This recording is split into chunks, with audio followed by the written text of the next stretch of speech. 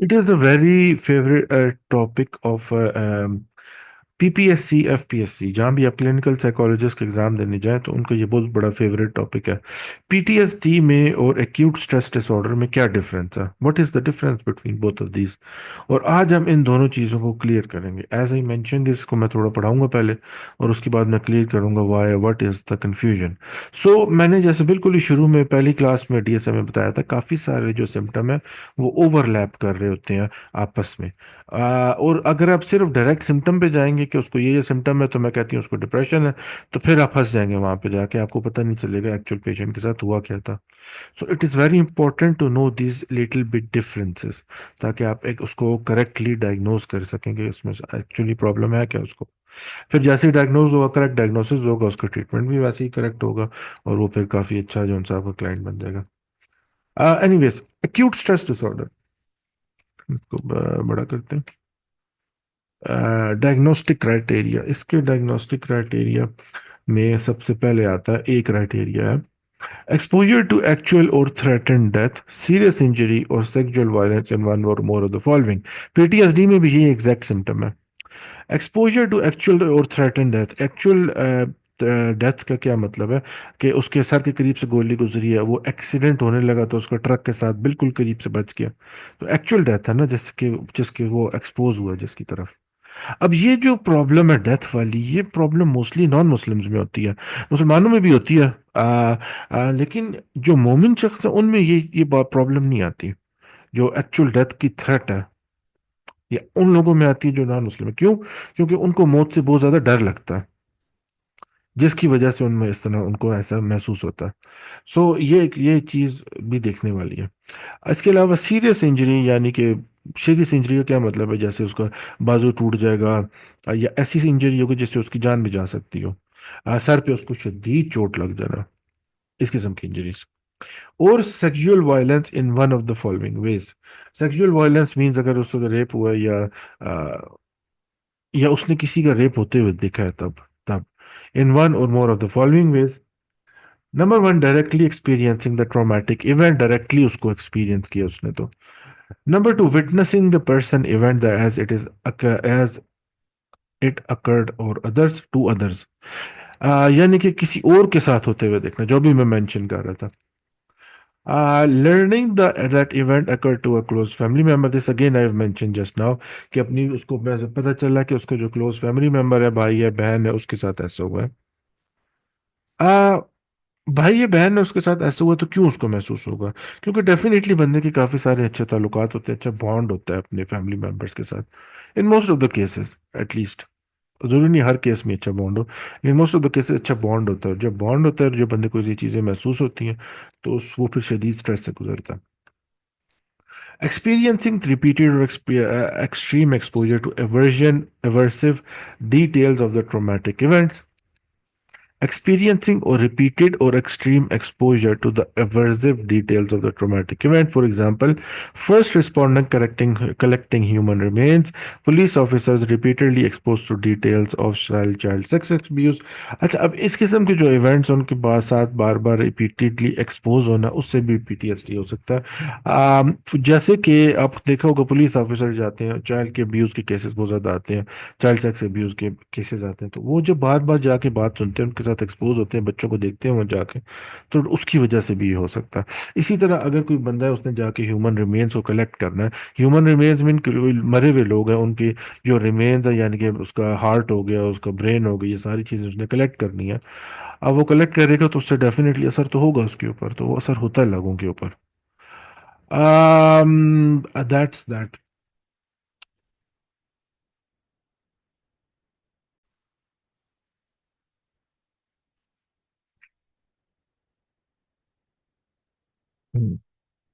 Messages में वही ऐसी बात है, पढ़ाने बैठो तो मैसेज शुरू हो जाते हैं।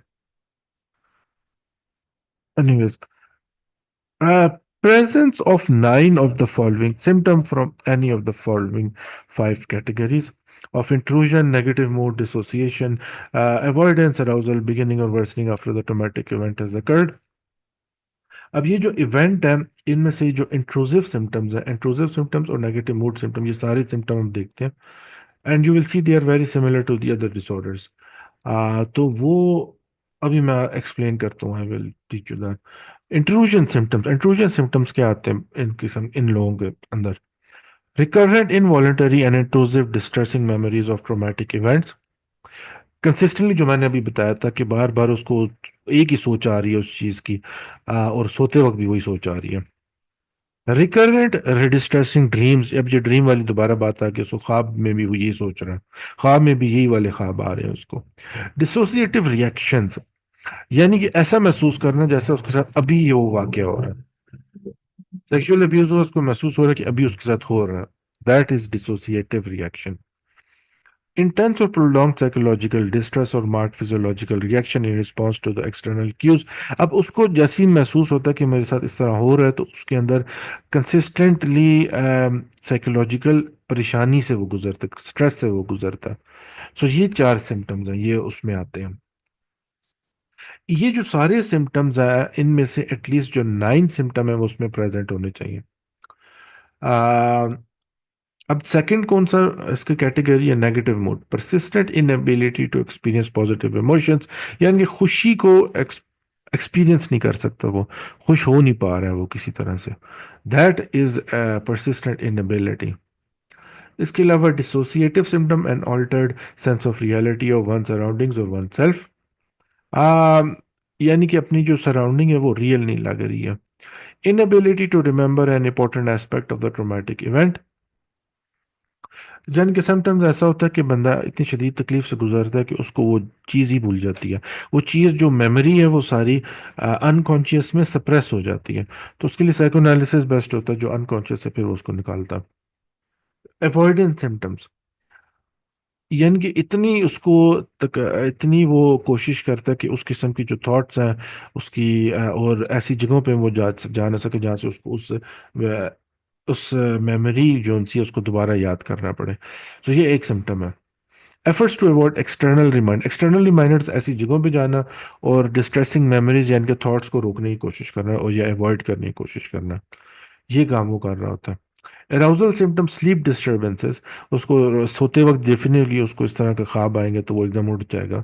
फिर इरिटेबल बिहेवियर, चिड़चिड़ापन और एंग्री आउटबर्स्ट, उसको गुस्सा भी आता है। इसके अलावा हाइपर विजिलेंट वो रहता है, प्रॉब्लम्स विद कंसंट्रेशन, कंसंट्रेट नहीं सही कर पाता। एग्जैजरेटेड स्टार्टल रिस्पॉन्स, तो कंसंट्रेशन का जो सिम्टम है ये और डिसऑर्डर्स में भी आता है। तो ये सारे सिम्टम्स हैं, 14 सिम्टम्स हैं। इनमें से जो 9 सिम्टम है वो पेशेंट के अंदर होने चाहिए। That is the case. So duration of the disturbance is 3 days to 1 month after trauma exposure. The disturbance again उसकी खलल पैदा होता है ज़िंदगी में और सोशल ऑक्यूपेशनल फंक्शनिंग में, और ये किसी सब्सटेंस की वजह से नहीं होना चाहिए। सो अब डिफरेंस क्या आता है इसमें और पीटीएसडी में? What is the difference? Symptom तो सारे एक ही जैसे हैं, अब हम डिफरेंशिएट कैसे करेंगे इसको? डिफरेंस इसमें डिफरेंस जो सा एक्यूट स्ट्रेस डिसऑर्डर और पीटीएसडी में सिर्फ टाइम डिफरेंस का। इसमें 1 मंथ का, इसमें 1 मंथ का जो सा पीरियड है, 3 दिन से लेके 1 मंथ, उसके अंदर ये सिम्टम आना स्टार्ट हो जाने चाहिए। इसको कहते हैं एक्यूट स्ट्रेस डिसऑर्डर। और पीटीएसडी में फिर लंबा टाइम पीरियड है। ओके सर, सिर्फ टाइम का रेफरेंस है, जैसे ये short, this is short period of time 1 month, और वो जो है तो वो तो जैसे कॉन्टिन्यूसली होती है ना फिर ट्रॉमा के बाद। हाँ, हम्म। एटलीस्ट 1 मंथ और 1 मंथ से ऊपर, या तो फिर 6 मंथ तक, ये इसमें अंदर होनी चाहिए। ये है इसमें डिफरेंस, और कोई डिफरेंस नहीं है। और ये बीपीएससी वाले भी बहुत उनको फेवरेट क्वेश्चन है, लाजमी देते हैं ये चीज़ उसमें।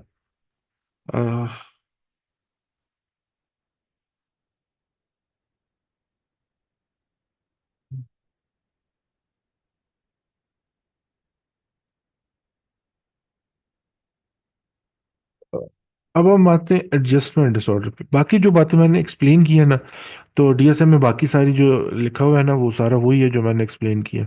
तो you can just read that और आपको वही सारी बातें रिमाइंड आ जाएंगी जो मैंने बताई हैं। तो दैट्स फाइन। जो प्रिवेलेंस है, प्रिवेलेंस प्रिवेलेंस कौन याद करता है? It is useless information for us. Prevalence means कि कितने पॉपुलेशन पॉपुलेशन में से कितने परसेंट लोगों में है, बस। एडजस्टमेंट डिसऑर्डर, इसमें ना चलें बाद में बात करते हैं एडजस्टमेंट डिसऑर्डर्स। अब एडजस्टमेंट डिसऑर्डर क्या होता है कि बंदा जो है वो एडजस्ट नहीं कर पा रहा है basically. The development of emotional or behavior symptoms in response to an identifiable stressor occurring within 3 months of the onset of the stressor. Um,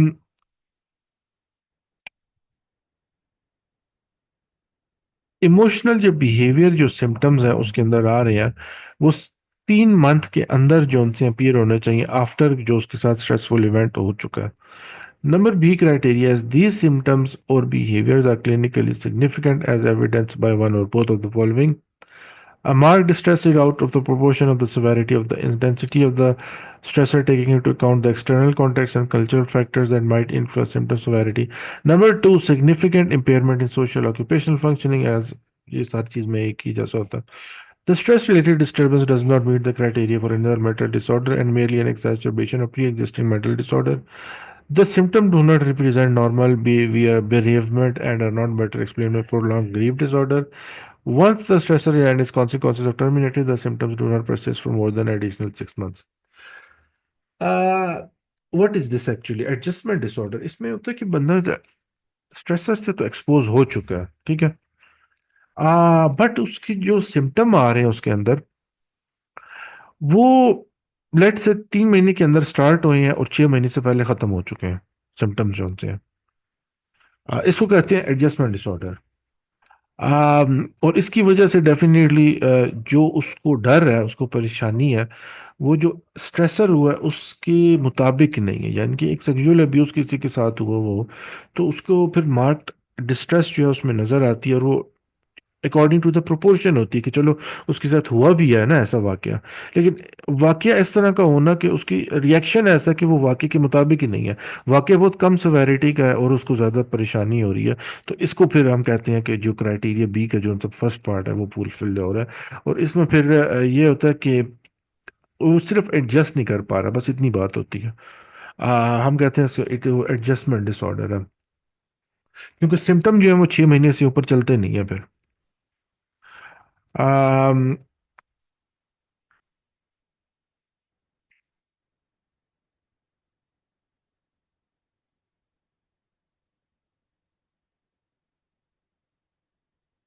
सो हम इसको स्पेसिफाई कर सकते हैं कि एक्यूट है या क्रॉनिक है।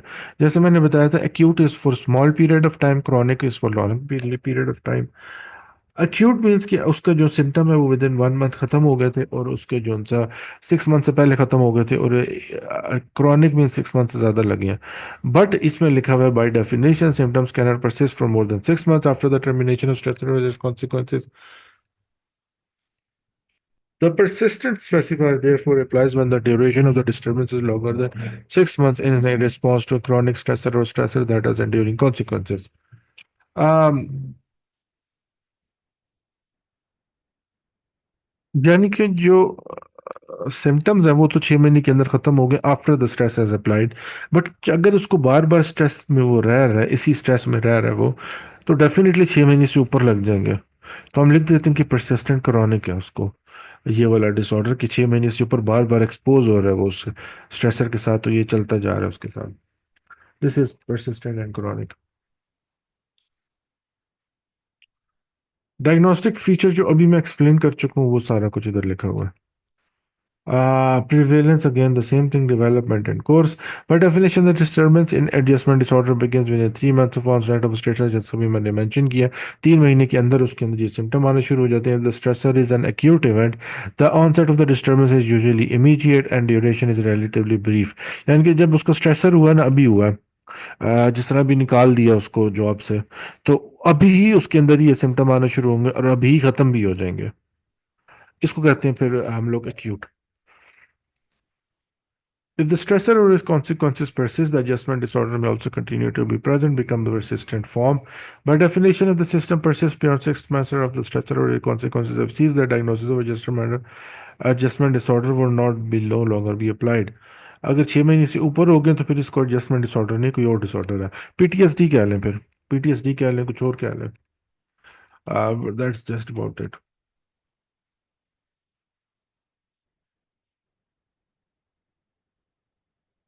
Prolong grief disorder now,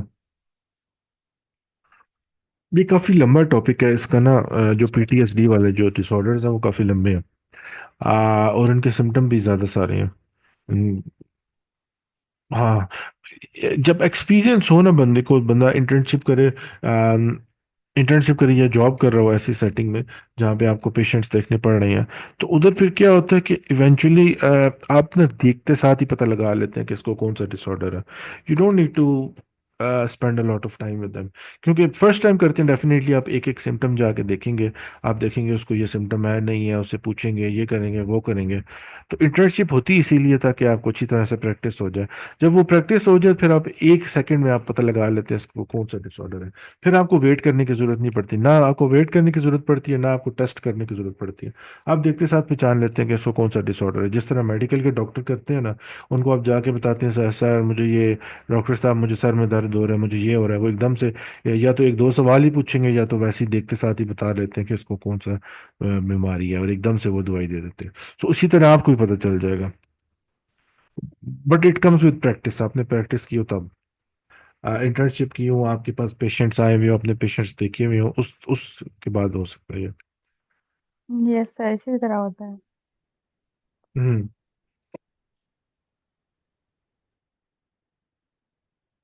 Prolonged grief disorder. So the death at least 12 months ago of a person who was close to the bereaved individual, for children and adolescents at least 6 months. पिछले साल में उसके किसी करीबी बंदे की death हुई है। हाँ, सिंस ये एक क्राइटेरिया, ठीक है, उसके करीबी बंदे की डेथ हुई है। Number B criteria, since the death the development of a persistent grief disorder characterized by one or both of the following symptoms which have been present most of the day to clinically significant degree. In addition, these symptoms has occurred nearly every day for at least last month. Intense yearning longing for the deceased person, अगर मरने के बाद ना उसके साथ consistently um, उसको consistently longing है for the disease person. Yearning और लॉन्गिंग क्या होता है कि किसी तरह मैं उसके साथ दोबारा आ जाऊं ना, कि दोबारा बैठ जाऊं उसके साथ जाके, वो जिंदा हो तो मैं उसके साथ जाके बैठ जाऊं। इसको कहते हैं यर्निंग या लॉन्गिंग। तो ये इंटेंस जब होती है इसको कहते हैं फिर जो बी क्राइटेरिया वो फुलफिल हो रहा है। नंबर टू, प्री ऑक्यूपेशन हाँ विद। सर, इसमें पेशेंट्स कभी कभार ये डिल्यूजन्स भी, हेलुसिनेशन और डिल्यूजन भी होती है। जैसे वो आया था और मेरे पास बैठा था और मैंने इससे बातें की हैं, और इस तरह की सिम्टम्स भी मैंने देखे हैं कुछ लोगों में। हाँ, वो जो हेलुसिनेशन है वो फिर आप स्किज़ोफ्रेनिया की तरफ चले जाते हैं। फिर जी आप जी। कहते हैं वो डिसऑर्डर है। तो यहाँ पे जो लॉन्गिंग है, लॉन्गिंग का मतलब ये है कि उसका दिल ये चाह रहा है ख्वाहिश कि मैं। होना ना कि दोबारा, जैसे किसी बच्चे की माँ की डेथ हुई है, या फादर की डेथ हुई है, या किसी स्पाउस में किसी की डेथ हुई है, तो वो यही होता है ना कि बस वो दोबारा चाहता है, उसकी ख्वाहिश होती है कि वो उसके पास जाए या वो आए तो टाइम उसके साथ स्पेंड करना। एग्जैक्टली exactly, जो ख्वाहिश वाली चीज़ है वो फिर यर्निंग और लॉन्गिंग है। और वो ये इसमें आ रही है, प्रोलॉन्ग ग्रीफ डिसऑर्डर में आ रही है। और अगर उसको हेलुसिनेशंस हो रही हैं कि उसको नजर आ रहे हैं एक्चुअल वही पर्सन, तो फिर उसको हेलुसिनेशन कहते हैं, तो वो स्किज़ोफ्रेनिया की तरफ जाते हैं। इतना छोटा छोटा सा डिफरेंस है actually. Number two, pre occupation with thoughts और memories of the disease person, यानी कंसिस्टेंटली उसको थॉट्स आ रही हैं, उसको यादें आ रही हैं ऑफ द डिसीज पर्सन, यादें आ रही हैं और सोचें आ रही हैं। उसको हेलुसिनेट नहीं हो रहा, वो एक्चुअल नजर नहीं आ रहा बंदा, बट थॉट्स आ रही हैं और मेमोरीज आ रही हैं। तो देयर इज अ डिफरेंस। हाँ। Since the death, at least three of the following symptoms have been present most of the day to the clinically significant degree. In addition, the symptoms have occurred nearly every day for at least last month. अब ये जो symptom है इनमें से जो से हैं at least तीन आने चाहिए सिम्टम, तो फिर हम कहते हैं कि उसको क्राइटेरिया सी जो है वो फुलफिल हो रहा है। Identify the disruption since the death. um, identity disruption, actually. Identity disruption since death. For example, feeling as though part of oneself has died. जिस तरह अपना जो एक हिस्सा था अपनी जिंदगी का वो मर गया। Number two, marked sense of disbelief about death. अब उसको मार्क्ड सेंस है कि वो उसको यकीन नहीं आता कि बंदा जो है वो मर गया एक्चुअली। क्यों? द रीजन इज कि वो जो अनकॉन्शियस है ना वो उसको, लेट से, इसके डिफेंस मैकेनिज्म है, डिनाइल, डिनाइल उसका नाम है, डिनाइल डिफेंस मैकेनिज्म है। जिसमें जैसे ही बंदे को पता चलता है कि किसी की डेथ हुई है, बंदा एकदम डिनाई कर देता है कि ऐसा तो हो ही नहीं सकता, ये आपने कैसे कह दिया। तो थोड़ी देर के बाद उसको फिर एहसास होना शुरू होता है कि नहीं, मैं गलत था। वो असल में माइंड डिनाइल, एक्सेप्ट नहीं करता कि इस तरह ये बात हुई है ना, कि डेथ हुई है। मुझे समझ नहीं आई। माइंड एक्सेप्ट नहीं करता ना कि ये डेथ हो सकती है, और ये अनबिलीवेबल सी फीलिंग होती है डिनायल में। हाँ, उसमें जो अनकॉन्शियस है ना, वो अपने आप को ऐसा एनजाइटी से बचाने के लिए, अनकॉन्शियस जो है वो इस ये डिफेंस मैकेनिज्म यूज करते हैं अपने आप को बचाने के लिए, कि मैं डिनाई कर देता हूँ कि ऐसा मेरे साथ कभी हुआ भी है, यानी कि ऐसा उस बंदे के वो के साथ हुआ भी है, कि वो बंदा मरा ही नहीं है असल में। जिस तरह एक एग्जांपल आती है अपने प्यारे नबी की, जब वफात हुई उस वक्त हजरत उमर जो थे, वो हजरत उमर ही थे आई बिलीव, हाँ हजरत उमर थे, जो कह रहे थे कि किसी ने भी ये कहा कि मैं हजूर की वफात हो गई तो मैं उसे उसका सर उतार दूंगा, सर उड़ा दूंगा। तो इस किस्म की हालत हो गई थी उनकी, तो वो डिनाई कर रहे थे एक्चुअली इस डेथ को। तो उस वक्त फिर हजरत अबू बकर गए और उन्होंने बताया कि एक आयत थी कुरान की पढ़ी, मुझे वो आयत याद नहीं है। तो उन्होंने पढ़ी, उन्होंने कहा कि तुम में से जिसने हजूर की इबादत की है तो वो तो जा चुके हैं, जिसने अल्लाह की इबादत की है तो वो अभी भी जिंदा है। और वो आयत उन्होंने पढ़ी तो साहबा को लगा कि जैसे इससे पहले आयत नाजिल नहीं हुई, अभी पहली दफा नाजिल हुई है।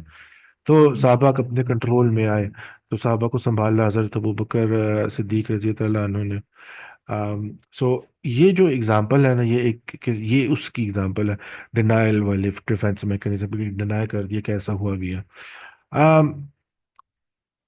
Avoidance of reminders that person is dead, this is exactly the same जो भी मैं स्टोरी बता रहा था। जो रिमाइंडर्स जो उनसे उसको याद आ जाए किसी तरह से कि बंदा जो है वो चला गया इस दुनिया से, उससे उसको अवॉइड करना। इंटेंस इमोशनल पेन, कंसिस्टेंटली जो इमोशनल पेन हुआ, एंगर हो गया, बिटरनेस हो गया, सॉरो हो गया और रिलेटेड टू डेथ वो। Difficulty reintegrating into one's relationships and activities after death, अपनी जो रिलेशनशिप्स हैं यानी कि अपने बहन भाइयों के साथ ताल्लुकात है, दूसरों के साथ ताल्लुकात है, उनमें दोबारा इन्वॉल्व होना काफ़ी मुश्किल हो रहा है उसके लिए। इमोशनल नंबनेस, यानी कि जो इमोशनल नंबनेस है, जो सैडनेस है, उस वो नंब होना शुरू हो जाती है, बंदे को महसूस नहीं होती है। Feeling that life is meaningless as a result of death, death की वजह से जो मेरी जिंदगी है वो बहुत ज़्यादा मीनिंगलेस हो गई है। Intense loneliness as result of death, काफ़ी ज़्यादा लोनलीनेस हो गई है उस वफात की बात। इनमें से अगर तीन सिम्टम होंगे तो वो फिर क्राइटेरिया सी भी फुलफिल हो जाता है, तो हम कहते हैं प्रोलॉन्ग ग्रीफ डिसऑर्डर है।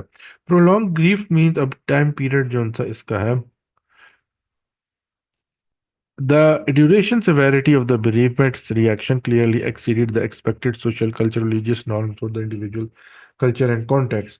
फॉर एग्जाम्पल, इसमें ये बताना चाह रहे हैं कि जो नॉर्मल किसी भी कल्चर में समझा जाता है किसी के लिए किसी की वफात पे अफसोस करना, उससे काफ़ी लंबा उसका टाइम गुजर गुजर चुका है इसी चीज़ में कि वो कंसिस्टेंटली अफसरदा है।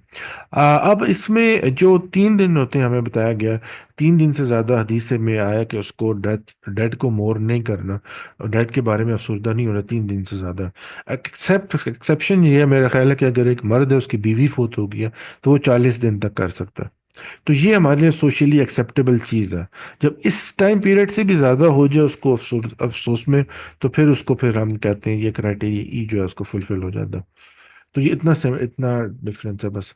तो symptoms are not better explain by other medical condition, और वो क्लिनिकली सिग्निफिकेंट सोशल और ऑक्यूपेशनल फंक्शनिंग में खलल पैदा कर रहे हैं, इतनी सी बात है। अब तक जो मैंने पढ़ाया उसमें कोई क्वेश्चन? नो से क्लियर है।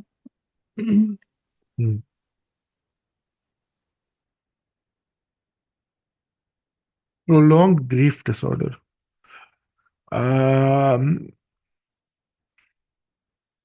प्रोलॉन्ग ग्रीफ डिसऑर्डर बेसिकली जैसे एज द नेम सजेस्ट उसको अफसोस हो रहा है काफी देर के लिए, प्रोलॉन्ग टाइम के लिए।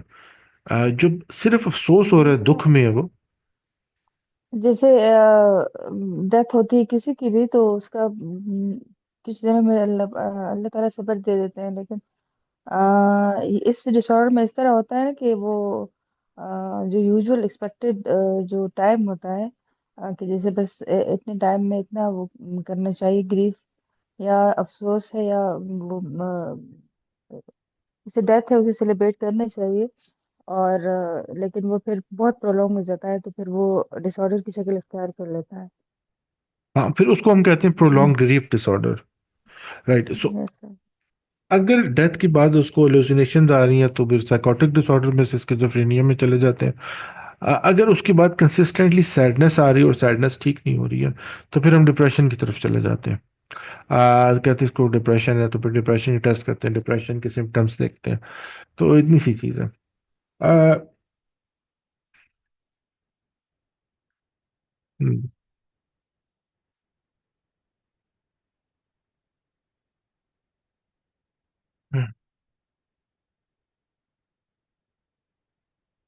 Other specified stressor related disorder, other specified और जो दूसरे हैं ये अनस्पेसिफाइड है। वो ये कुछ ही है कि जो उनसा सिम्टम्स इतने कम सेवेरिटी की को पूरा डायग्नोस्टिक क्राइटेरिया मीट नहीं कर रहे हैं। And most of the time ऐसा नहीं होता कि वो आगे जो साइकाइट्रिस्ट हैं या साइकोलॉजिस्ट हैं बंदे से पूछ रहे हो एक एक सवाल कि तुम्हें इतने अरसे के लिए टाइम पीरियड का तो पूछते हैं, बट एक एक सवाल जो उनसे, जिस तरह अभी मैंने सिम्टम बताए 9 सिम्टम, वो 9 के 9 पूछने शुरू कर दें कि तुम्हें ये हो रहा है कि नहीं हो रहा, तुम्हें वो हो रहा है कि नहीं हो रहा। इट इज़ वेरी अनलाइकली, क्योंकि देखते साथ बंदे को पता चल जाता है कि इसको क्या डिसऑर्डर है। एंड विद प्रैक्टिस, जैसे मैंने बताया, आपको पहली नज़र में ही पता चल जाता है कि इसको ये बीमारी है। It is very easy actually, with practice काफ़ी इजी हो जाता है। क्योंकि क्योंकि the reason I am saying is क्योंकि मैं खुद इसमें से गुजरा हुआ हूँ ना। I have experience this. पहले पहली दफ़ा मैं भी बैठ गया था, स्किज़ोफ्रेनिया का पेशेंट था, और पूरी हिस्ट्री ली है, और पूरी हिस्ट्री लेके पूरा टेस्टिंग किया, और टेस्टिंग के बाद जाके मैंने उसको बताया कि आपको स्किज़ोफ्रेनिया है। जबकि अब मुझे देखते साथ ही पता चल जाता। I don't need test. तो that's what it sir is. आप अपनी प्राइवेट प्रैक्टिस करते हैं या गवर्नमेंट जॉब? मैं प्राइवेट ही काम कर रहा हूँ आजकल, गवर्नमेंट नहीं। गवर्नमेंट के साथ ही काम कर रहा हूँ फिर। जी, ऐसे पेशेंट्स आते हैं इस तरह? हाँ, मेरे पास पेशेंट आते हैं डेफिनेटली। पेशेंट्स को मैं ट्रीट करता हूँ। हम्म, जी जी। हम्म।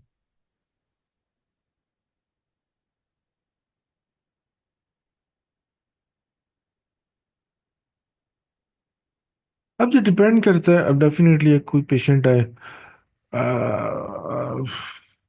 डिपेंड करता है उसकी लिटरली एजुकेशन पे। एजुकेशन होती है तो बंदा काफ़ी अच्छी तरीके से काफ़ी अच्छी तरीके से सारी बातें समझ जाता है, डीलिंग अच्छी हो जाती है, उसका उसका अच्छा ट्रीटमेंट हो जाता है। जब वो बिल्कुल ही अनएजुकेटेड हो ना, बंदे को तरस आ जाता है देख के, तो बंदा क्या करे, बंदा कहता है रेफर कर देता है साइकाट्रिस्ट की तरफ कि मेडिकेशन ले लो। अब बंदा क्या करे, क्या थेरेपी उसकी करे, उसको समझ समझ नहीं आती है लिटरली। सर ये जो साइकोलॉजी, जैसे साइकोथेरेपी है, तो ये अब मेरे ख्याल में लिमिटेड होती जा रही है जो प्राइवेट प्रैक्टिस है, एजुकेटेड लोगों के लिए, जिन्हें अंडरस्टैंडिंग हो। बाकी लोग तो पाकिस्तान में इस तरह के हैं कि जैसे जैसे अब एक पुअर फैमिली से आ रहा है, तो वो ऑब्वियसली वो हॉस्पिटल ही जाएगा या साइकेट्रिस्ट के पास ही जाएगा। वो फिर साइकोलॉजिस्ट को उन्हें अंडरस्टैंडिंग ही नहीं होती कि ये कौन से लोग हैं। और हम जब अपनी प्रैक्टिस में हम जाते थे, तो बातों वाली बाजियां और इस तरह हमें ये वो कहते थे कि बातों के जरिए इलाज, वो इसको कुछ मानते ही नहीं है। तो हाँ, इस वजह बातों से वाली बात। ज्यादा पेशेंट्स। साइकोलॉजिस्ट को बातों वाली बाजियां, और फिजियोथेरेपिस्ट को पढ़े लिखे मालिशी। जी, मालिश। मालिश जी। मालिश ये बस। हाँ, ऐसे डॉक्टर फिर। सिर्फ वही होता है जो इन्हें मेडिसिन लिख कर दे। एग्जैक्टली, बिल्कुल ऐसे ही है, बिल्कुल ऐसे ही है। अच्छा, अब जो हमारे पास डिसऑर्डर आया ना सामने, इसको कहते हैं डिसोसिएटिव डिसऑर्डर्स। अच्छा, मोस्ट, मैं कहूँगा जो मोस्ट इंटरेस्टिंग डिसऑर्डर्स है ना पूरी डीएसएम में, पूरे मेंटल हेल्थ में, वो है डिसोसिएटिव डिसऑर्डर। ये सबसे इंटरेस्टिंग है, एटलीस्ट मेरे लिए तो सबसे ज्यादा इंटरेस्टिंग है। फिर सेकंड नंबर पे आता है स्किज़ोफ्रेनिया। ये सबसे इंटरेस्टिंग डिसऑर्डर है। ये मुझे पेशेंट मिल जाएगा तो मैं कहूँगा मेरी तो जिंदगी बदल गई है। हाँ, स्पेशली डिसोसिएटिव आइडेंटिटी डिसऑर्डर का पेशेंट मिल जाए ना, जिसमें बंदे की एक से ज्यादा पर्सनैलिटीज बन जाती हैं पूरा वो। इतना ये इंटरेस्टिंग डिसऑर्डर है डिसोसिएटिव आइडेंटिटी डिसऑर्डर, कि एक इंसान है, जिस तरह मैं आपके सामने बैठा हुआ हूँ, ठीक है, मुझे बीपी हो गया या शुगर है, ठीक है। अब इसी तरह एक इंसान है, उसको डीआईडी है और वो बैठा हुआ है, उसको, उसकी एक पर्सनैलिटी, उसको शुगर है, बीपी है, थोड़ी देर के बाद दूसरी पर्सनैलिटी सामने आ जाती है और वो बिल्कुल ठीक होती है और उसका जिस्म नॉर्मल तरीके से काम करना शुरू कर देता है। अब लिटरली आप उसको फिजिकली उसके फीचर्स चेंज होते हुए देखते हैं इस बीमारी में। And that is how interesting this actually is, जो डिसोसिएटिव आइडेंटिटी डिस। हम्म, इस पे सर मूवीज भी बन चुकी हैं बहुत, और हाँ, मैंने मैंने देखी थी, स्टोरी। स्प्लिट, स्प्लिट मूवी थी एक, वो जी, मुझे काफी अच्छी लगी थी। वो काफी मूवीज हैं इस इंडिया पे। की थी ये। इंडिया को तो मैं नहीं देखता, और लेकिन इंग्लिश मैंने देखी थी। ये है, इस पे है एक मूवी बहुत फेमस, भूल भुलैया नाम है उसका। और सिडनी शेल्डन का एक नॉवल भी है इस पे, tell me your dreams. Tell तो मी वो योर तो ड्रीम। बहुत ही। हाँ, बहुत इंटरेस्टिंग है ना।